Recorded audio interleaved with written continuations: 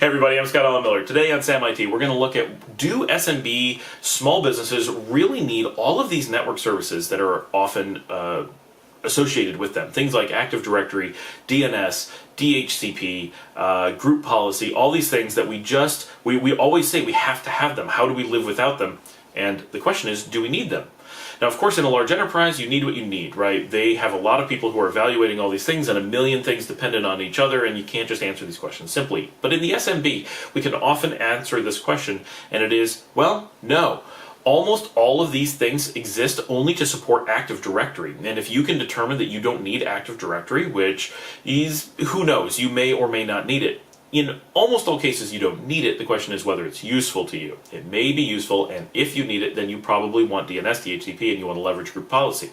But if you don't need Active Directory, and the vast majority of SMBs do not need Active Directory, again, I'm not saying that they won't make use of it, I'm saying that it is in no way a requirement, then all these other things probably aren't useful either.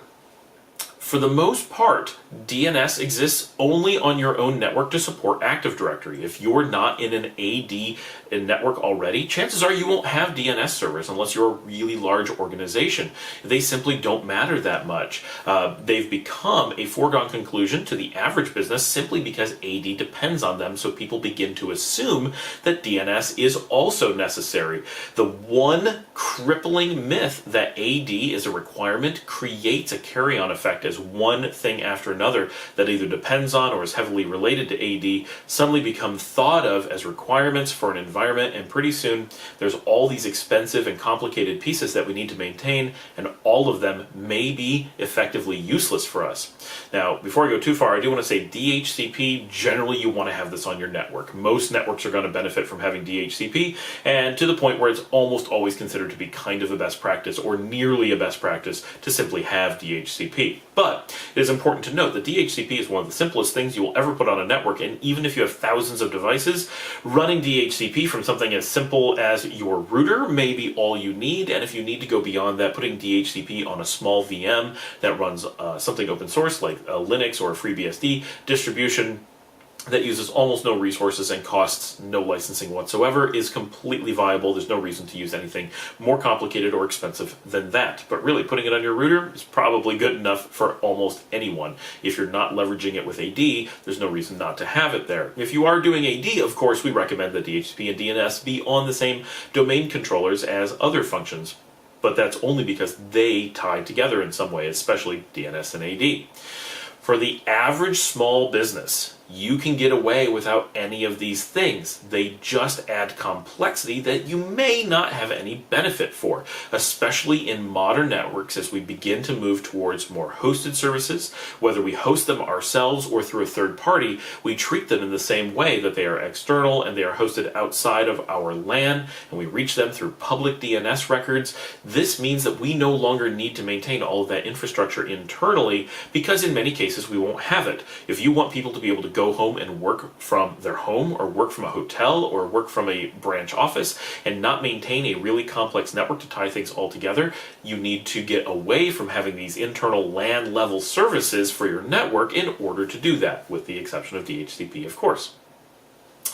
By accepting that we may not need Active Directory, it really frees us to reevaluate all these other services. And in each case, people will ask, well, how do I address my servers if I don't have DNS? Well, this is easy. You either address them by IP address, or you address them through a public DNS that you've put entries into, or you address them through host files. You have lots of options, and in an SMB, all of these are very viable depending on what your needs are. In some cases, people want this automated and tied into DHCP, and there's things you can do if you really want to run your own DNS for its own purposes, and there's nothing wrong with that, but DNS is almost never needed. It's only there, again, to support Active Directory. Same with group policy. People often will say, well, what do I do once group policy goes away? Well, Active Directory doesn't create the availability of group policy. You can have group policy without AD. However, mostly we only use group policy because of AD. It's not actually that great of a tool, and even Microsoft is moving away from it. So other systems, such as perhaps Salt or Ansible or Chef or Puppet, may do a better job either of replacing group policy or being the tool that automates group policy instead of Active Directory or something else that's used together. Technically, Active Directory never manages group policy. It's always group policy simply asks questions of AD. I just want to be clear there. I'm not not assuming that AD does anything, because it does not. But group policy does not necessarily go away just because your AD does. But if AD goes away, you may want to rethink why you were using group policy, because it's not the best tool, it is not a forward-looking tool, and it's often, even today, pretty cumbersome already to use, and lots of other alternatives already exist. If you even need that functionality still, which you may not. You may, and there's nothing wrong with that. Again, each of these pieces can be evaluated individually, and they do not all depend on each other, except for AD depending on DNS. So the simple answer is, of course, it depends on what your environment needs and what it has currently.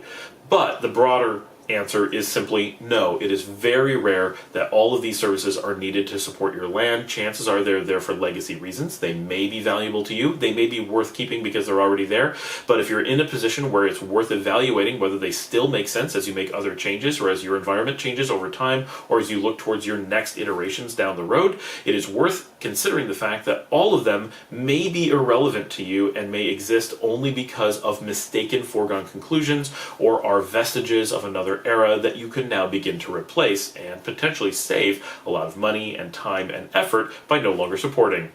As always, remember to like and subscribe, put your comments in the thread below, and if you would like to sponsor us, you can become one of our Patreon sponsors and make this and other educational resources like this possible through your donations. Thank you for joining me. This episode of Sam IT has been sponsored by our friends at Talkadillo, the affordable, simple, fully managed, predictably priced VoIP PBX platform. Learn more at talkadillo.com and help to support Sam IT.